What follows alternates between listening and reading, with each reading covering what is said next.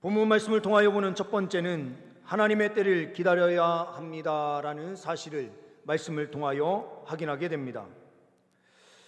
10절 말씀을 보게 되면 그 형제들이 명절에 올라간 후에 자기도 올라가시되 나타내지 않고 은밀히 가시니라 라고 말씀이 기록됩니다. 하나님의 때를 기다려야 된다라고 하는 제목을 제가 첫 번째 제목으로 달았는데요. 이것보다는 또 하나를 부제로 생각을 한다면 예수를 닮아야 된다라는 것을 부제로 함께 생각을 하시면서 우리 첫 번째 하나님의 때를 기다려야 합니다라고 하는 제목으로 우리 함께 보시면 좋을 것 같습니다. 예수님께서 왜 은밀히 가셨는가라는 것입니다. 은밀히 가신 이 목적이 무엇인가를 보기 위해서는 요한복음 같은 장에 있는 3절과 6절 말씀을 볼 필요가 있습니다. 3절 말씀을 보게 되면 그 형제들이 예수께 이르되 당신이 행하는 일을 제자들도 보게 여기를 떠나 유대로 가소서라고 형제들이 이야기하고 있는 것을 보게 됩니다. 예수님께서 탄생하신 후에 요셉과 마리아를 통하여 그 뒤에도 자녀들이 있었다라는 것입니다.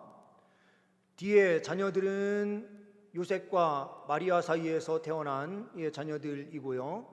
예수님은 성령의 잉태되심을 통하여 처녀인 마리아에게 주님께서 잉태되심으로 탄생을 하셨습니다. 그의 형제들 육신적으로 볼 때에는 같은 부모 밑에서 태어난 것으로 보면 해석을 하면서 자기 자신들이 자기 형인 예수님께 이렇게 이야기를 하고 있는 거예요. 형님, 이제 이 시골 마을 갈릴리 지역에서만 계시지 마시고 이제 저 유대 땅 중심인 예루살렘으로 올라가셔서 그 능력을 행하세요. 우리도요, 시골 마을에서는 공부 잘하면은요 도시로 올려보냈어요. 충남에서는 예산 쪽에서 공부 잘한다 하면은 대전이나 아니면 더 큰 도시로 올라가게 했습니다.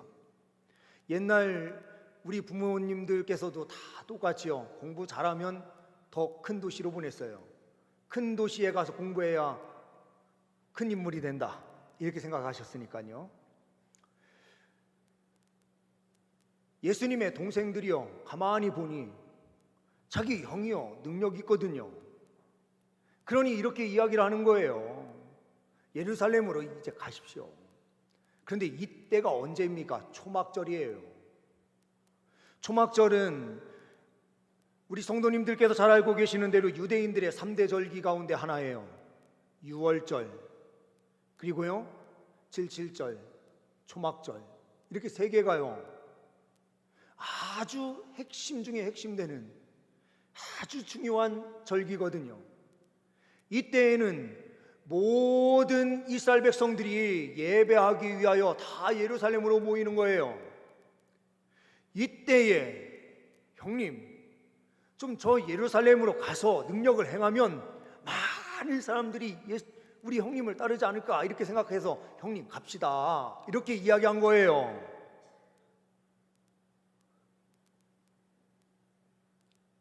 그러니 6절에요, 7장 6절에 예수님께서 이렇게 답변을 하신 겁니다.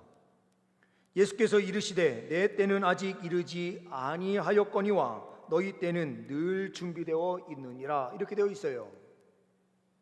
내 때는 아직 이르지 않았다. 이 때가 언제입니까? 하나님께서 정하신 때이죠. 은밀히 올라가신 이 이유는 크게 두 가지로 볼 수가 있을 것 같아요. 하나는요, 마가복음 5장 43절 말씀을 보게 되면 마가복음 5장 43절에서는 이렇게 말씀하고 있습니다. 예수께서 이 일을 아무도 알리지 못하게 하라 하고 그들을 많이 경계하시고 이에 소녀에게 먹을 것을 주라 하시니라. 야이루의 딸인 13살 된 아이를 살리신 후에요, 이 살린 사건에 대하여 아무에게도 이르지 말라, 알지 못하게 하라, 이 일을 이렇게 이야기를 하세요. 아니, 능력을 행하셔서 죽은 자를 살리셨는데 예수님께서는 아무에게도 알리지 말래요. 이거를 어려운 신학적인 언어로는 메시아 기밀사상 이렇게 이야기를 하는데요, 예수님께서 메시아로 이 땅에 오셨어요. 메시아는 민족을 살리기 위하여 오시는 거죠. 그런데 이 민족이 이스라엘 민족이 아니라 영적인 이스라엘인, 앞으로 오고 오는 모든 세대인 예수를 믿는 사람들 전체를 통하여 하나님 나라를 세우실 것을 꿈꾸시면서 주님께서 메시아로 이 땅에 오신 것이었습니다. 그런데 예수님께서 이런 능력을 행하시니 사람들이 어떻게 생각을 했을까요? 예수님에 대하여 이렇게 생각을 하기 시작한 것입니다. 예수님은 이스라엘을, 육체적으로 보이는 이 나라를 세계에서 가장 뛰어난 나라로, 가장 강한 나라로, 정치적으로 강한 나라를 만드실 거다, 이렇게 생각을 할 수가 있었던 것입니다. 그래서 예수님께서는 내가 온 목적이 이 이스라엘 땅, 육체적인 땅을 살리기 위하여 온 것이 아니라 온 세상 예수를 믿어서 구원받게 되는 그 사람들을 살리기 위하여 오셨다라는 것을 분명하게 하시기 위하여 자기의 능력을 이때에 가리세요. 자기가 행하신 일을 다 이야기하지 못하도록 주님께서 막으세요. 이것을 메시아 기밀사상이다, 이렇게 이야기를 해요. 그런데 이렇게 가리신 목적과 이유가 무엇 때문입니까? 예수님의 십자가를 지실 수 있도록 해야 되는데 능력을 행해서요, 예수님이 정말 능력 있는 자다라고 하는 소문이 나기 시작하면 많은 사람들이 예수님을 따르게 될 거예요. 그런데 예수님을 어떤 분으로 생각을 합니까? 정치적인 예수로 생각하기 때문에 결국에는 정치적으로 많은 사람들에게요 힘을 얻게 되면 대제사장들과 서기관들, 장로들이요 예수를 십자가에서 죽게 할 수 있습니까? 할 수 없죠. 그러니 예수님께서 자기가 행하신 그 일을 아무에게도 알리지 말라, 이런 명령을 주시는 거예요. 오늘 주님께서 그 길, 초막절에 예루살렘으로 올라가시는데 은밀히 올라가신 이유가 바로 여기에 있어요. 만약에요 예수님께서 온 이스라엘 백성들이 다 모이는 이 초막절에 가는 길이요 그냥 길이겠습니까? 온 국민들이 다 가는데요, 그 길은요 아마도 길마다 사람들이 줄을 쫙 서가지고요 위로 해서 올라가고 있었을 거예요. 근데 그때에 예수님인 줄 알고요 예수님께서 능력을 행하시면 어떤 일이 벌어질까요? 그 올라가던 사람들이 다 어떻게 되겠습니까?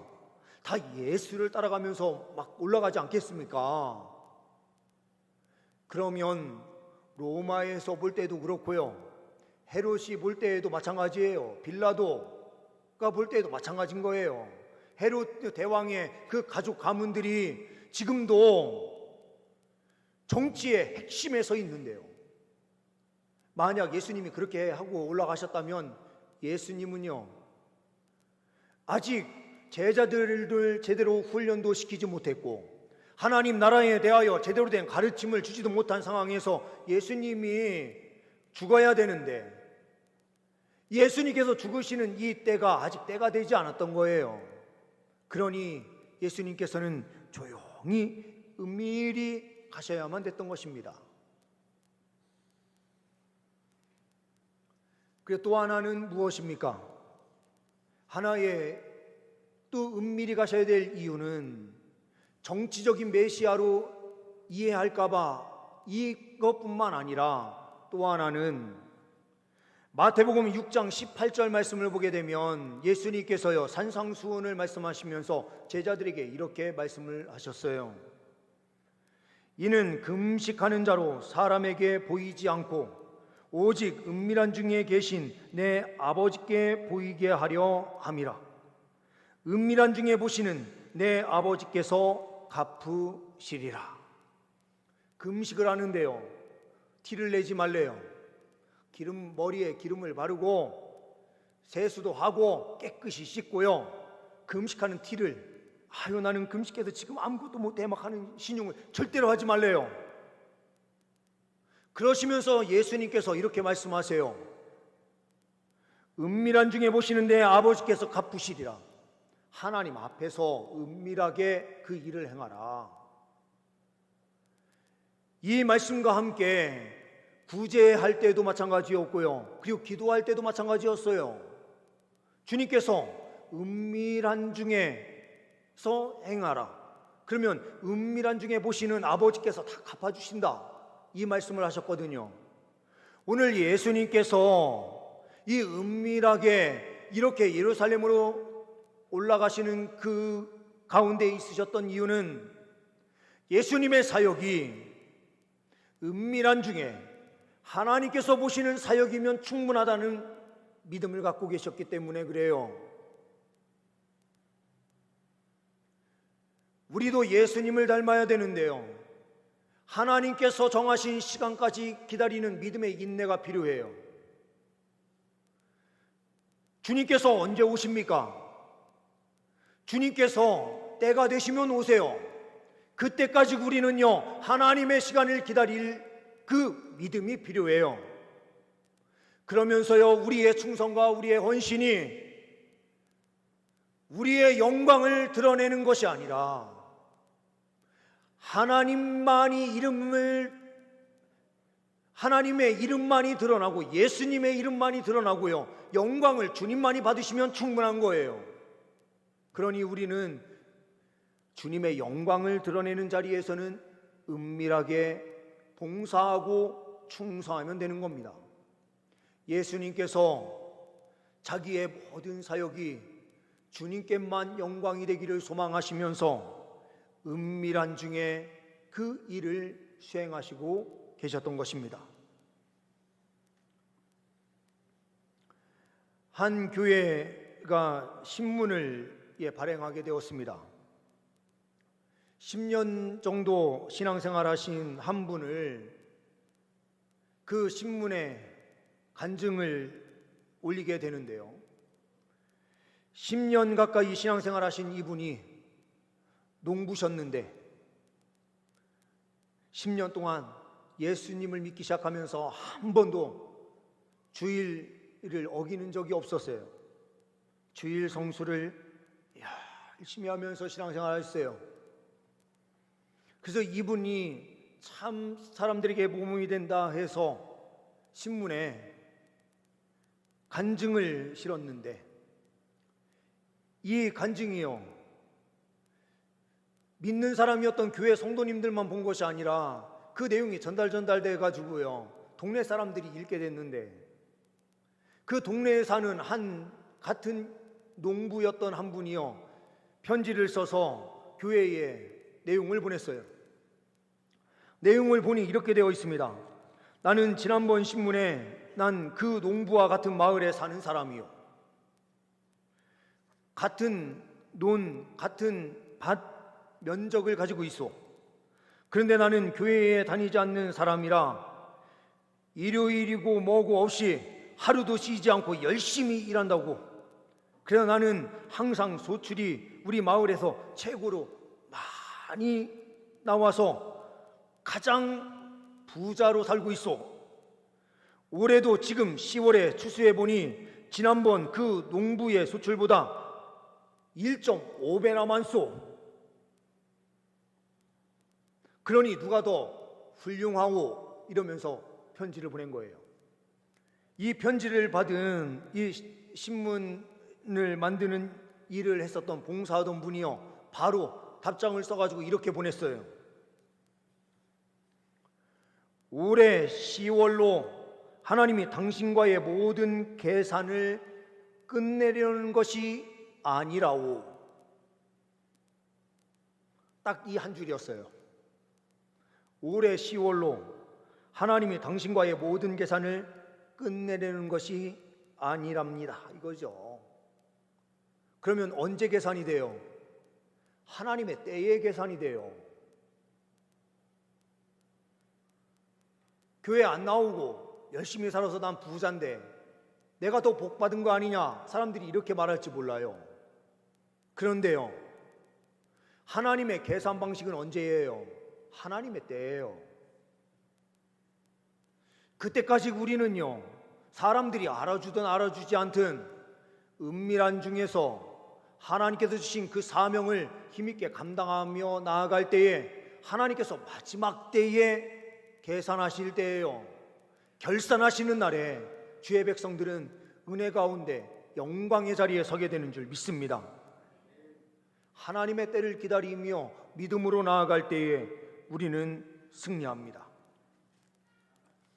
두 번째로, 예수를 분명하게 고백해야 한다라는 사실을 오늘 말씀을 통하여 보게 됩니다.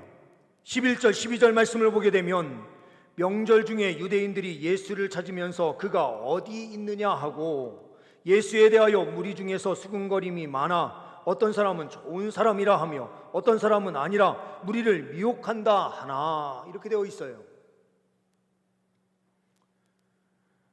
제가 어떤 영상을 보는데요, 믿지 않는 사람들이 같이 이야기하는 내용이에요.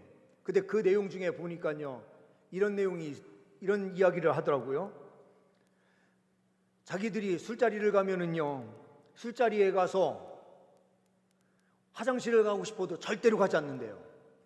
왜 그러냐? 꼭 화장실 간 사람이 있으면 그 사람에 대하여 나쁜 이야기를 한다는 거예요. 그래서 자기는요, 술자리 가가지고요, 절대로 화장실 가고 싶어도요, 꼭 참고요, 절대 가지 않는데요. 자기 얘기 안 나오게 하기 위해서요. 이 사람이라는 이 모임이요, 이 사람들의 모임이라는 게 그래요.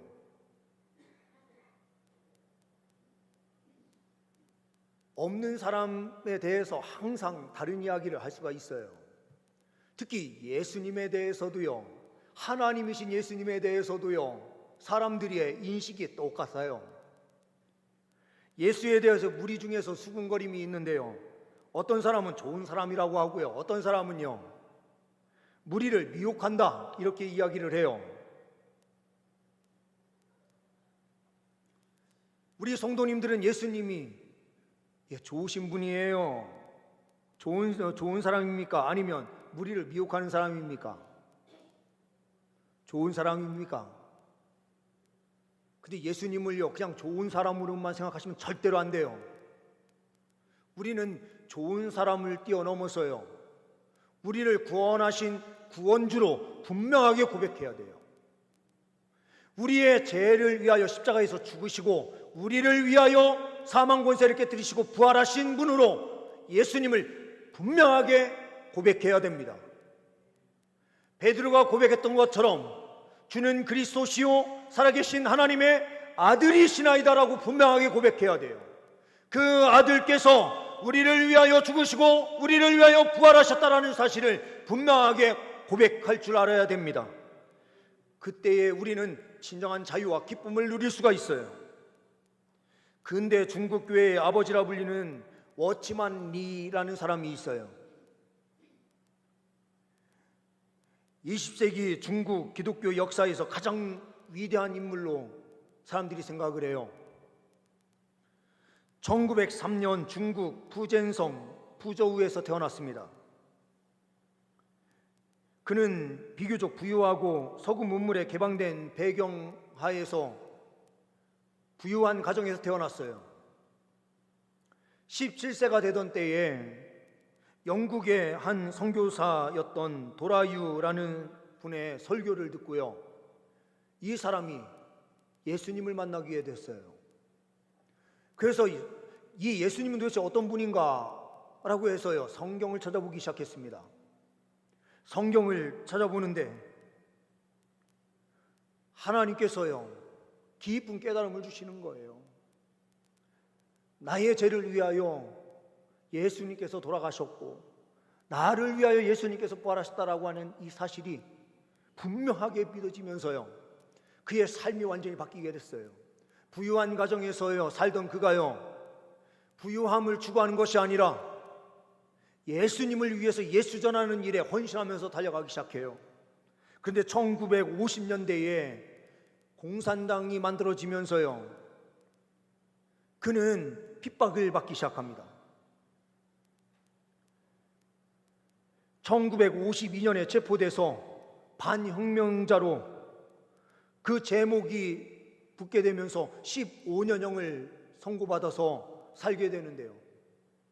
그 감옥 생활을 하면서도요 예수님만 전하기 시작해요. 15년형을 선고받았는데 15년이 지났는데도요 석방이 안 돼요. 1972년에 감옥에서 죽음을 맞이했습니다.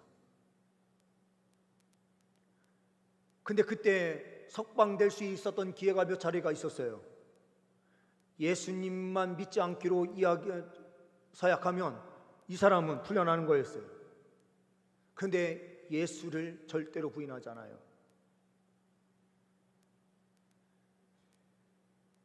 지금 일본이 1% 기독교인 1% 정도밖에 안 돼요. 1%도 되지 않아요. 근데 옛날에 우리나라보다 더 빨리 기독교가 전파되면서요 일본에 예수 믿는 사람들이 엄청 많았습니다.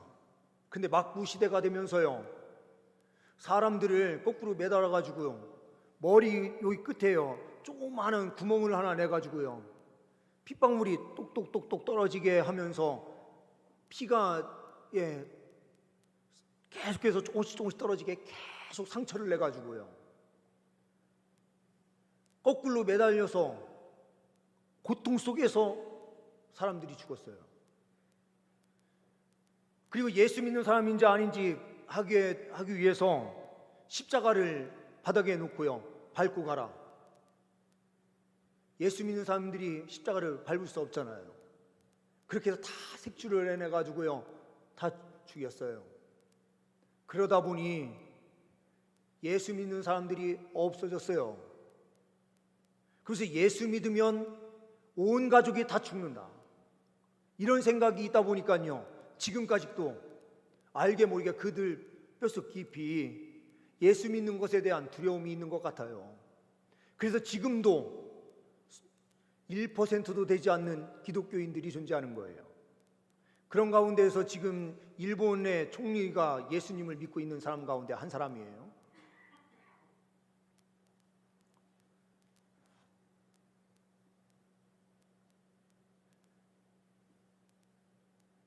우리가 워치만이나 그리고 일본에서 예수를 부인하지 않고 그렇게 거꾸로 매달려 가지고요 고통 속에서 죽어간 그 그리스도인들을 생각해 보십시오.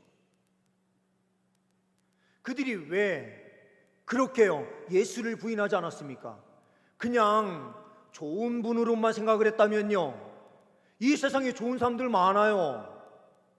근데 그 사람 좋은 사람들이요 나 그 사람 몰라 하면 끝나요.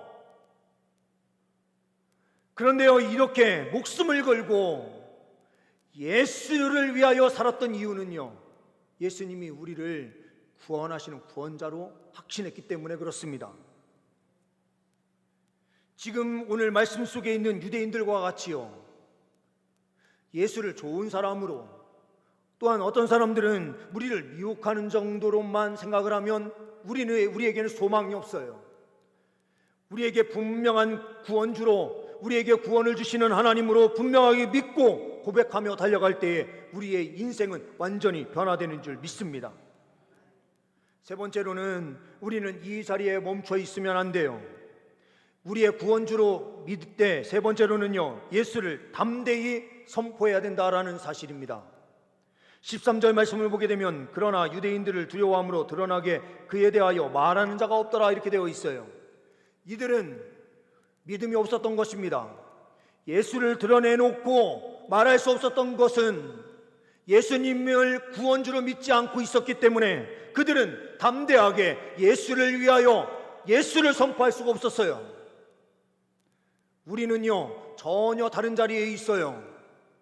우리가 있는 이 자리는요, 예수님께서 십자가에 못 박혀 죽으셔서 우리를 살리셨다라고 하는 사실을 명백하게 알 수 있도록 성경이 기록되어 있어서 우리는 그 사실을 명확하게 보고 있는 것입니다. 어떤 사람들은 이렇게 이야기를 해요.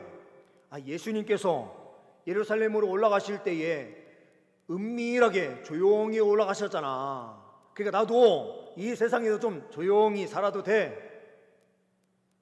예수님 닮으라고 하는 제목을 제가 일본에서 우리가 이야기할 때에 예수님을 닮는 것입니다. 하나님의 뜻을 기다리는 것과 함께 예수님을 닮아야 됩니다 라는 부제로 함께 생각하면 된다고 말씀을 드렸는데요,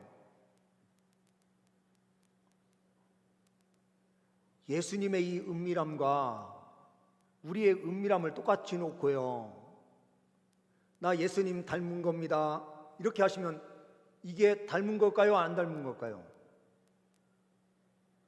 뭐가 다른 점일까요? 예수님은요, 십자가를 지셔서 죽으시고 부활하셔서 이 사역을 완성시키시기 위하여 하나님의 때를 기다리며 은밀한 중에 가신 거예요. 우리는요, 예수님께서 완성하신 구원을 완성시켜 주신 그 십자가의 은혜를 보면서 나아가는 사람들인데요, 우리는 은밀함이 아니라 우리는 담대하게 예수를 선포함으로 이 예수님의 은밀하게 행하셨던 그 사역을 더욱더 아름답게 영광스럽게 드러내야 될 책임이 있는 자들입니다. 세상에 나아가서 우리가 사는데요, 예수 믿는다 소리도 못하면서 살아가면 어떻게 합니까? 제가 이게 우리 성도님들께서 보실 때에도 이제 목사처럼 보이죠? 예, 감사합니다. 바깥에 나가면은요, 참 신기해요. 저는 부목사 때까지만 하더라도요, 목사님 혹시 목사님이세요 하는 사람이 한 사람도 없었거든요. 근데 요즘은요, 아니 어딜 가도요, 가만히 앉아 있는데 목사님 같다 다들 이래요.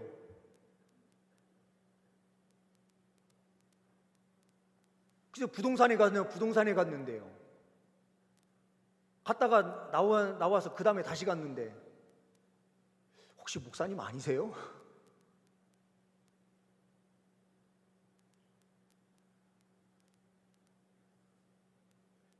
그 중개 수수료도 못 갚고요.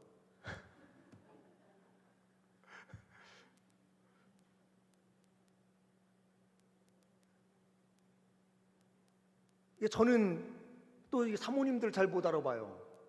그런데 제 아내는 사모님을 또 기가 막히게 알아봐요. 참 신기해요. 우리 성도님들은요, 바깥에 나가셔서 예수님 믿는 사람 안 믿는 사람 좀 알아보시겠어요? 우리가요, 은밀하게 행하여야 되는 그 자리도 물론 있겠지만 예수 그리스도의 복음을 위해서는요, 예수님이 은밀하게 행하신 그 일은 십자가를 완성시키기 위함이라면 우리는 어떤 자리에서 은밀해야 되느냐? 십자가를 짊어지는 자리에서 침묵해야 돼요. 다른 자리에서요, 예수 그리스도를 자랑하고 하지만요, 희생하는 자리에서 우리는 침묵하는 거예요. 그러므로 십자가가 더 완벽하게 드러나게 해야 되는 삶을 살아야 되는 거예요. 그러니 우리는 예수를 담대히 선포하면서요, 십자가를 질 때에 십자가를 질 수 있는 은혜가 우리의 삶에 있기를 소망합니다. 예수님을 대하는 태도를 보면 그 사람이 믿는 사람인지 아닌지를 알 수 있어요. 우리가 진짜 신자인지 아닌지 어떻게 알 수 있을까요? 우리의 태도를 보면 알아요. 하나님의 시간을 기다리며 인내의 믿음으로 나아가고 있는지, 예수 그리스도를 우리의 구주로 분명하게 고백하고 담대하게 선포하는 자리에 나 자신이 서 있는지를 보면 내가 믿는 사람이다. 나는 아직 믿지 못하는 자이구나. 그런데 믿지 못하시는 분들은 이 시간 주님 앞에 엎드리셔서 간절히 기도하세요. 주님, 저에게 믿음 주셔서 담대하게 예수 그리스도를 나의 구주로 고백할 수 있도록 인도하여 주옵소서. 그때의 진정한 자유와 기쁨을 주님께서 누리게 하여 주시는 줄 믿습니다. 기도하십니다. 하나님 아버지, 예수님을 따라 늘 항상 하나님의 때를 기다리는, 예수님을 닮는 우리의 삶이 될 수 있도록 인도하여 주옵소서. 예수 그리스도를 우리의 구주로 분명하게 고백하게 하여 주시고 담대하게 예수 그리스도의 복음을 선포하며 달려가는 믿음의 사람 되게 하여 주옵소서. 주님께 감사 영광 올려드리오며 우리 주 예수 그리스도의 이름으로 기도하옵나이다. 아멘.